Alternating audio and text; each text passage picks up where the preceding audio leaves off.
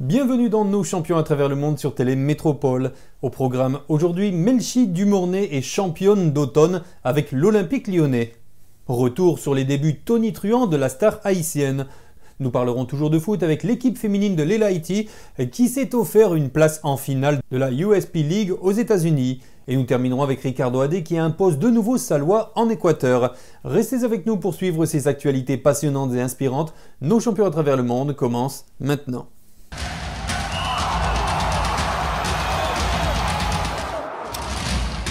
Melchi Dumornay et l'Olympique lyonnais sont championnes d'automne en première division française. Le champion d'automne dans le football français, c'est être le leader à mi-parcours de la saison.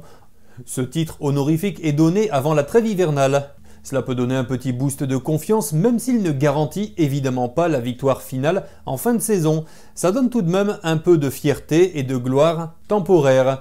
Avec 11 matchs disputés et 11 victoires enregistrées pour un total de 33 points, les coéquipières de Corventina ont réalisé jusque-là un sans faute depuis le début de la saison, que ce soit en championnat ou encore en Ligue des Champions.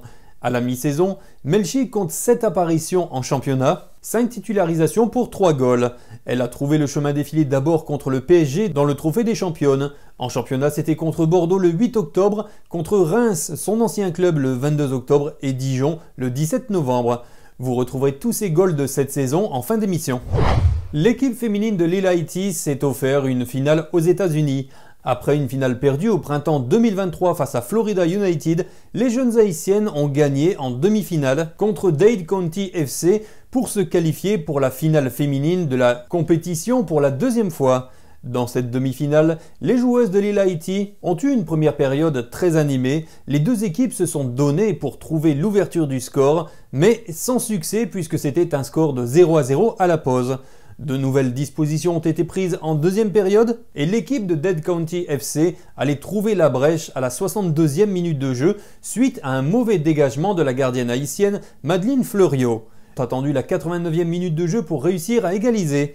Un coup franc bien exécuté par Pierre-Lynn Senna, repris par Berthune Rossainville dans la surface de réparation pour remettre les pendules à l'heure. Les deux équipes se sont donc retrouvées directement dans la séance des tirs au but pour se départager.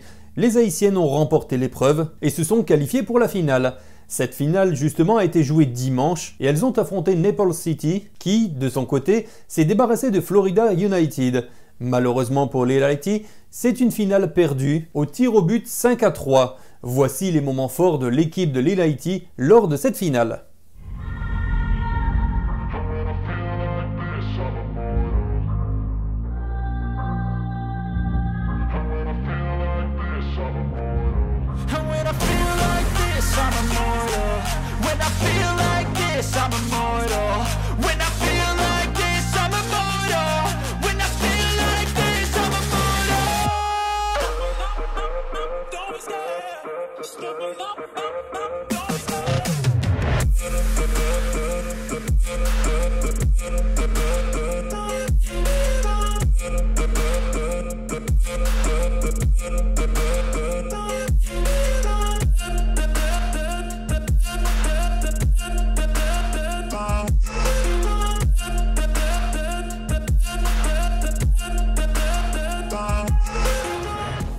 La Liga Pro équatorienne a couronné ses champions avec le LDU Quito qui s'est imposé en finale contre Independiente del Valle.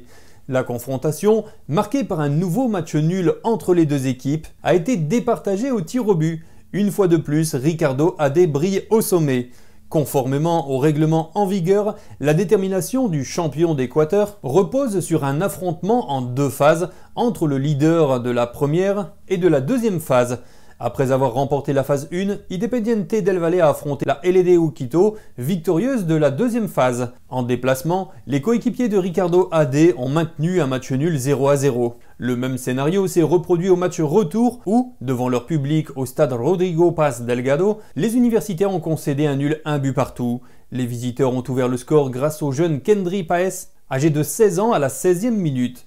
Cependant, leur joie a été de courte durée car Renato Ibarra a rapidement égalisé à la 19e minute pour faire 1-1. 2 buts en moins de 20 minutes laissant présager une partie intense. Pourtant, après ces deux réalisations, le tableau d'affichage est resté inchangé. Les défenses se sont resserrées au fil des minutes, conduisant à un match nul. Cela leur conduit à la séance de tir au but, révélant le héros de la soirée. Le gardien de la LDU, Alexander Dominguez, a stoppé 2 tirs et le dernier tireur adverse a nettement manqué le cadre. Les universitaires ont, quant à eux, converti leurs 3 tirs, scellant ainsi leur succès dans cette épreuve 3-0 et par conséquent s'assurant d'obtenir le titre suprême. Il s'agit du 12e titre de champion d'Équateur pour la LDU Quito, le 2e pour Ricardo Ade après sa victoire avec le SC de Aucas en 2022.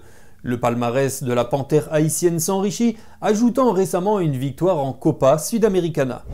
Et je vous laisse comme promis avec tous les goals de Melchi Dumornay durant cette première partie de saison avec l'Olympique Lyonnais et je vous retrouve dès jeudi pour un autre numéro de Nos Champions à travers le monde. Portez-vous bien.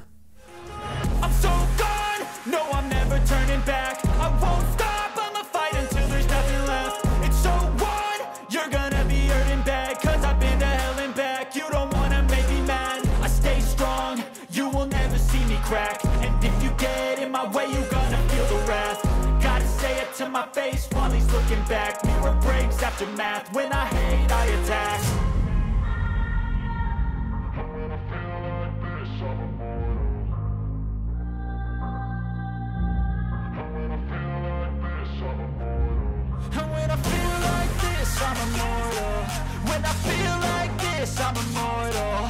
When I